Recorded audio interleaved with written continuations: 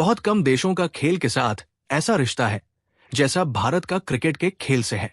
ये खेल संस्कृति में इतना समाया हुआ है कि कई लोगों के लिए इसे धर्म माना जा सकता है, जिसमें सचिन तेंदुलकर और विराट कोहली जैसे सुपरस्टार अपने साथी देशवासियों के बीच लगभग महान दर्जा प्राप्त कर चुके हैं। तो क्रिकेट जैसे साधारण खेल ने पूरे देश की कल्पना को परिभाषित करने और उस पर कब्जा करने में कैसे मदद की? खैर, भारत में क्रिकेट की उत्पत्ति लगभग 3 शताब्दियों पहले 1721 में हुई थी, जब British east India trading company अपने चरम पर थी। भारत में क्रिकेट का पहला उल्लेख ईस्ट इंडिया कंपनी में एक अंग्रेज नाविक क्लेमेंट डाउनिंग ने किया था।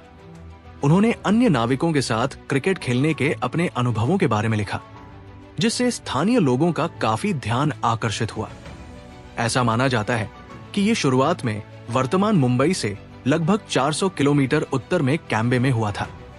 भारत में क्रिकेट का अगला ज्ञात उल्लेख ईस्ट इंडिया कंपनी के ब्रिटिश प्रवासियों द्वारा 1792 में कलकत्ता क्रिकेट क्लब के गठन के साथ आया।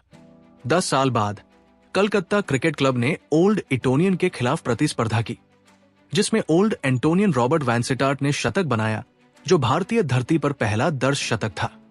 1848 में पारसियों ने एक ऐसा क्लब बनाया जिसे व्यापक रूप से पहला भारतीय समुदाय आधारित cricket club oriental cricket club के रूप में जाना जाता है। हालांकि ओरिएंटल क्रिकेट क्लब ज्यादा दिन तक नहीं चला, लेकिन इसने अन्य भारतीय क्रिकेट क्लबों के लिए रास्ता खोल दिया, जिसमें 1850 में यंग जोरास्ट्रियन क्लब की स्थापना हुई, जिसके बाद 1866 में हिंदुओं द्वारा हिंदू जिमखाना की स्थापना की गई।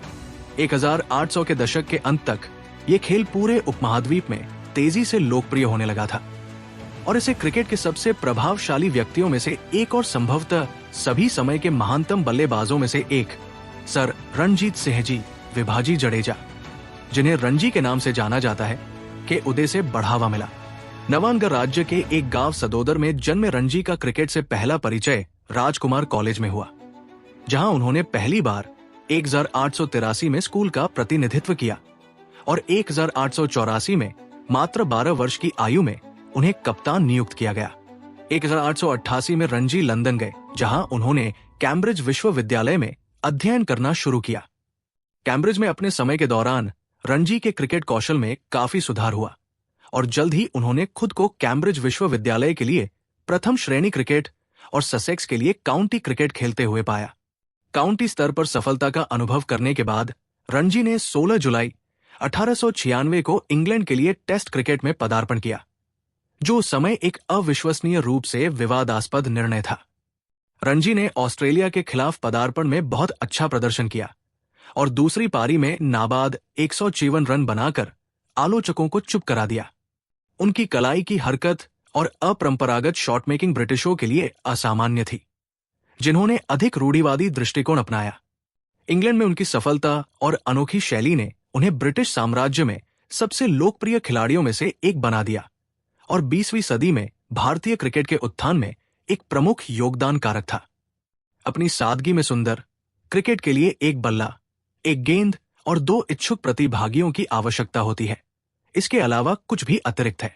क्रिकेट ने वास्तव में पूरे देश में भारतीयों के दिलों और दिमागों पर कब्जा कर लिया है और ये सिर्फ सबसे लोकप्रिय खेल से कहीं अधिक बन गया है।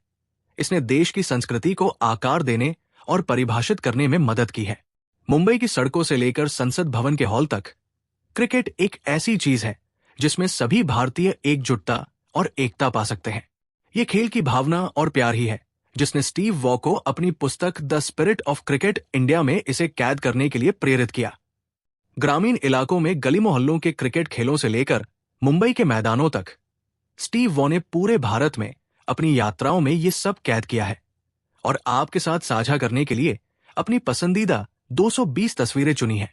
स्पिरिट ऑफ क्रिकेट इंडिया की अपनी खुद की कॉपी प्री ऑर्डर करने के लिए यहां क्लिक करें।